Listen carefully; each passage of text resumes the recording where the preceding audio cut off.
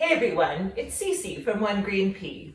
I'm in my parlor today because I want to talk to you about the Parlor Palm, Chamaedorea Elegans. Okay, I know it's not the sexiest plant out there, but before you swipe away and go watch another video, let me make a pitch for the parlor. Now, as we know, not everyone can be homecoming queen. Not everyone can have the lead in the play. We need supporting actors. And I'm here to say that the Parlor Palm would be more than happy to be a wallflower in your collection of houseplants. Well, you're not going to see the Parlor Palm all over Instagram. In fact, I checked. The Parlor Palm hashtag has 8,000 pictures. The Fiddle Leaf Fig hashtag has 268,000. So it's not necessarily a diva, but that's wonderful actually, because not every plant should be a diva in your collection. That just takes too much time and effort and energy. The Parlor Palm is one of the most sold houseplants in the world, and for good reason. It is super adaptable. It is not picky about light or humidity or soil or any of those things. So let's get into some specifics. As far as light goes, Parlor Palm is happy anywhere from low to fairly bright indirect light. You don't want direct sunlight beating in on the fronds or it will burn them, but anything else it'll adapt to. Watering, perfectly happy on a 1 to 2 week schedule. How do you know when to water it? I have a whole video for that, but you just want to stick your finger in. If the top 1 to 2 inches of soil are dry, then it's ready to be watered. So it's very easy. Humidity, normal household humidity and temperatures are totally fine. And as far as soil, you just want your standard well-draining potting soil. So very adaptable, very easy. The Parlor Palm is a very slow-growing plant. As an indoor houseplant, it's never going to get more than about 4 feet tall, and that would be a pretty mature Parlor Palm. So repotting isn't really necessary definitely no more than once a year, every couple of years, especially as it gets older.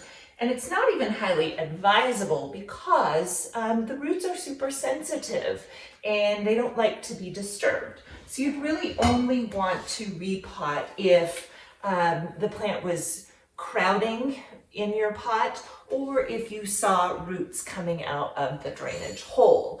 Otherwise, I would just say leave it alone. As far as propagating the plant, commercial growers grow Parlor Palms from seeds that are imported, but it takes a really long time, and I would never bother with that. You can propagate them by dividing them. It's very common to find a Parlor Palm with multiple stems. So growers often put them into pots, several plants in to make it fuller because they are so slow growing.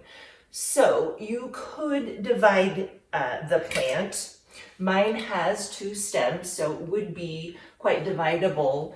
I'm not going to do it for sure now. It's fall, and so the growing season is coming to an end, so it would actually take the plant quite a while to recuperate or recover from that. So I'm not going to do it. I might possibly do it in the spring.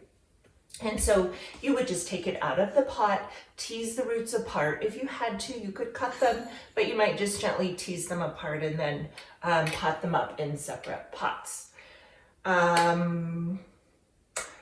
If you notice that the ends of the fronds are turning brown, that could be because you've let it dry out just a little bit too much. You could trim those off, but honestly, I wouldn't. There are enough fronds that it doesn't generally affect the look of the overall plant, and that would take actually a lot of time. The lower leaves are going to eventually dry out, and when they're completely dried and dead, they're really easy just to pluck away and pull right out, and you could do that. Again, you don't have to, but if you care about the look of the plant, you could just pull those out. So, in summary, super great adaptable plant, definitely one I would encourage to have in your collection if you like this tropical look, if you need kind of filler plants or a plant for corner. Also a great gift plant. You know, you wouldn't want to gift to someone, especially a new plant parent, a fiddly fig or a maidenhair fern or something that's going to require a lot of care and a lot of attention. This would be a great plant for someone who's kind of just learning how to take care of plants, and they're just going to feel really successful when it stays alive. And then they can expand off into more challenging plants. So highly encourage you to give it a try. Thanks so much for watching. As always, I really appreciate your thumbs up on my videos and any comments, suggestions, feedback. It's all welcome. Until next time, I'll see you later.